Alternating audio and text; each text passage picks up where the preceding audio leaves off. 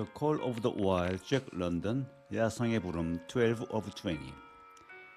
Kind-hearted citizens caught the dogs and gathered up the scattered belongings. Also they gave advice. Half the load and twice the dogs, if they ever expected to reach Dawson, was what was said. Hal and his sister and brother-in-law listened unwillingly, pitched the tents and overhauled our feet. Throw away the tents and all those dishes. Who's going to wash them anyway? Good Lord, do you think you are traveling on a Pullman? The outfit, though cut in half, was still a formidable bulk. Charles and Hal went out in the evening and bought 6 outside dogs. These added to the 6 of the original team, and Tick and Kuna, the Huskies obtained at the Rink Rapids on the record trip, brought the team up to 14. But the outside dogs, though practically broken in since their landing, did not amount to much. With the newcomers hopeless and forlorn, and the old team worn out by 2,500 miles of continuous trail, the outlook was anything but bright. The 2 men, however, were quite cheerful, and they were proud too. They were doing the thing in style with 14 dogs. In the nature of Arctic travel, there was a reason why 14 dogs should not drag one sled, and that was that one sled could not carry the food for 14 dogs. But Charles and Hal did not know this. They had worked the trip out with a pencil.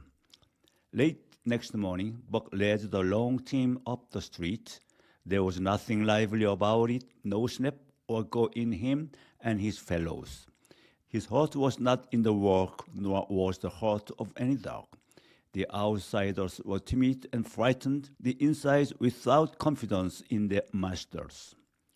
Buck felt vaguely that there was no depending upon these 2 men and the woman. They did not know how to do anything, and as the days went by, it became apparent that they could not run. Some days they did not make 10 miles. It was inevitable that they should go short on dog food, but they hastened it by overfeeding, bringing the day nearer when underfeeding would commence. But it was not food that Buck and the Huskies needed, but rest. And though they were making poor time, the heavy load they dragged sapped their strength severely. Then came the underfeeding. Hal awoke one day to the fact that his dog food was half gone and the distance only quarter covered. Further that, for love or money, no additional dog food was to be obtained. It was a simple matter to give the dogs less food. But it was impossible to make the dogs travel faster while their own inability to get on the way earlier in the morning prevented them from traveling longer hours. The first to go was Dub, poor blundering thief that he was always getting caught and punished. His wrenched shoulder blade, untreated and unrested, went from bad to worse, till finally Hal shot him with the big Colt's revolver.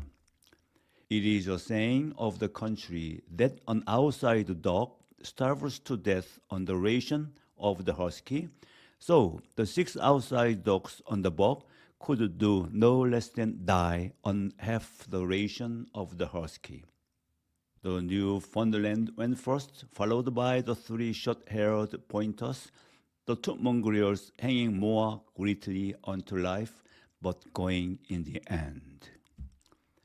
By this time, all the amenities and gentlenesses of the Southland had fallen away from the 3 people. To quarrel was the one thing they were never too weary to do. Their irritability arose out of their misery, increased with it, doubled upon it, outdistanced it. Further, Mercedes no longer considered the dogs, and because she was sore and tired, she persisted in riding on a sled. She was pretty and soft, but she weighed 120 pounds. A last straw to the load, directed by the weak and starving animals. She rode for days till they fell in the traces and the sled stood still. In the excess of their own misery, they were callous to the suffering of their animals. Hell's theory, which he practiced on others, was that one must get hardened. He had started out preaching it to his sister and brother-in-law. Failing there, he hammered it into the dogs with a club. At the 5 fingers, the dog food gave out, and the toothless old Indian woman offered to trade them a few pounds of frozen horsehide for the Colt's revolver that kept the big hunting knife company at Hell's hip. In its frozen state, it was more like strips of galvanized iron.